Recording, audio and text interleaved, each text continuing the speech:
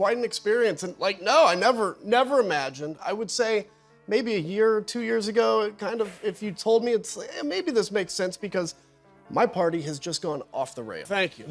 Did you ever imagine as a lifelong Republican that you would ever speak at the Democratic National Convention and be embraced wholeheartedly there? Yeah, it was. Remember when Trump commanded unwavering loyalty from Republicans like Adam Kinzinger? Those days are long gone. Now, Kinzinger and Jimmy Kimmel are delivering brutal roasts that have left Trump in a tailspin. Every president in the history of our country has at least had a basic commitment to saying the truth. I want, when I get out of here, to leave a country stronger than I came in. Donald Trump came in and basically has said, it's all about me. The only thing that matters to him is his ego. This man pretending to be righteous.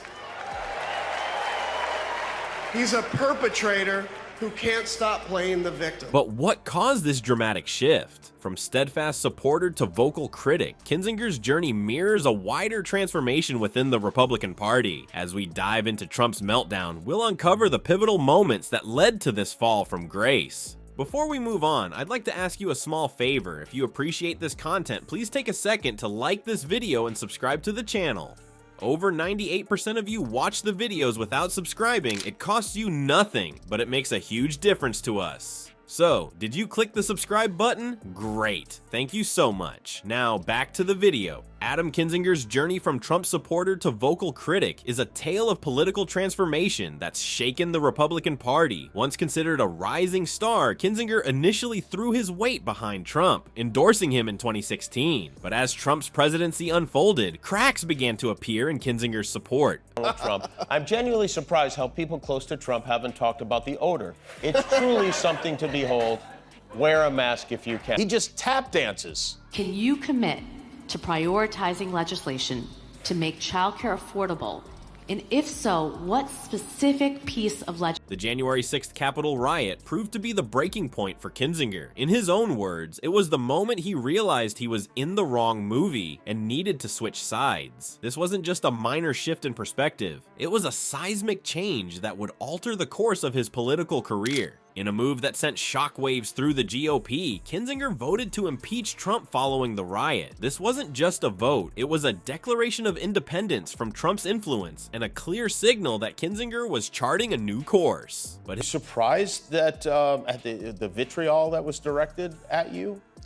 No, because that's what he does. I mean, look, he's built a cult. He's really built a cult of personality. His decision came at a hefty price. The backlash was swift and severe. Trump supporters, once his allies, turned on him with a vengeance. Even his own family wasn't spared from the fallout. In a gut-wrenching twist, Kinzinger received a letter from relatives stating he was in the devil's army. It's a stark reminder of how deeply Trump's influence has penetrated, tearing apart not just political alliances, but family bonds. And when you go after the leader of a cult, it's almost like going after somebody's religion, because this is what they have taken. Everything they do is built on this idea that Donald Trump's going to save America. So the vitriol is crazy. What did shock me a little bit.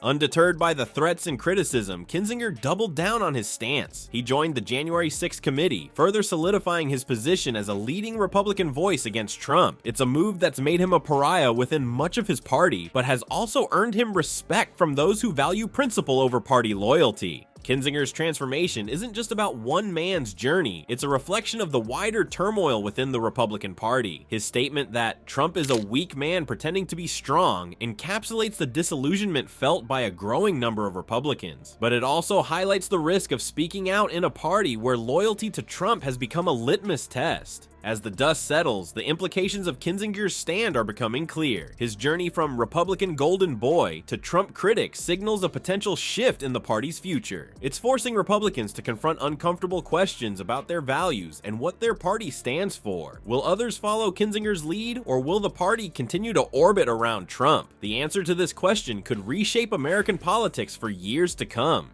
As Republicans grappled with their party's identity, an unexpected player entered the political arena. How did a late-night comedian become one of Trump's most formidable critics? Jimmy Kimmel's transformation from harmless prankster to political commentator wasn't just surprising, it reshaped the landscape of American political discourse. In the early days of Trump's political career, Kimmel's jokes were lighthearted and superficial. He poked fun at Trump's hair, his tan, and his larger-than-life personality. These jabs were seen as harmless comedy, eliciting laughs without stirring controversy. Viewers tuned in for a good chuckle, not expecting anything more substantial from their late-night entertainment. But as Trump's presidency unfolded, a noticeable shift occurred in Kimmel's approach. The comedian began addressing serious political issues, moving beyond simple punchlines to tackle Trump's policies and actions. This transformation wasn't lost on his audience. Viewers who once cheered for silly pranks now found themselves applauding Kimmel's sharp political critiques. It seemed the public's appetite for more substantive late-night content was growing.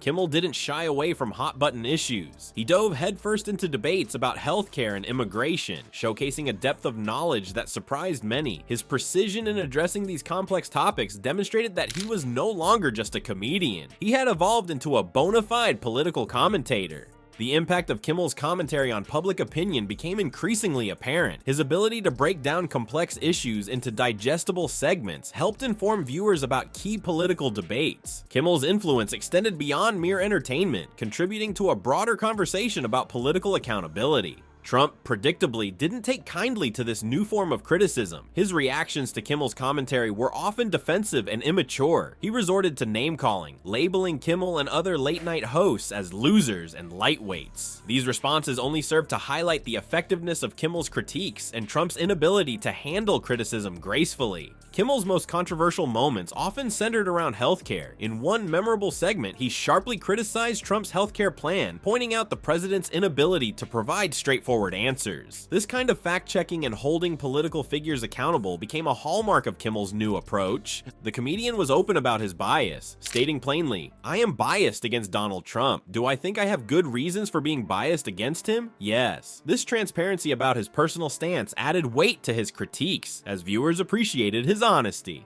As Kimmel's role in shaping political discourse grew, the lines between entertainment and serious political commentary began to blur. Audiences now expected more from their late-night hosts than just jokes. They wanted insight, analysis, and a dash of accountability. Kimmel's evolution from jokester to political pundit reflects a broader shift in how Americans consume political information, highlighting the growing influence of entertainment figures in shaping public opinion. As the dust settles on Kinzinger and Kimmel's blistering critiques, Trump's image has taken a significant hit. Their words have exposed cracks in his once impenetrable facade, revealing vulnerabilities that even his most ardent supporters find hard to ignore. This shift in public perception isn't just about Trump, though. It's a symptom of a broader change in how Americans engage with politics. The lines between entertainment and serious political discourse have blurred beyond recognition. Late-night comedians are now seen as legitimate sources of news and commentary, while politicians often resort to sound bites and social media zingers. This new landscape presents a unique challenge for voters. How do we separate the wheat from the chaff? When does a joke become a serious critique, and when does a politician's tweet carry more weight than a policy proposal? As we navigate this brave new world of political engagement, one thing is clear: the old rules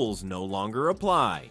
The impact of figures like Kinzinger and Kimmel on public opinion can't be underestimated. Their ability to cut through the noise and deliver hard truths, often with a dash of humor, has reshaped the political conversation. For better or worse, this is the new normal in American politics.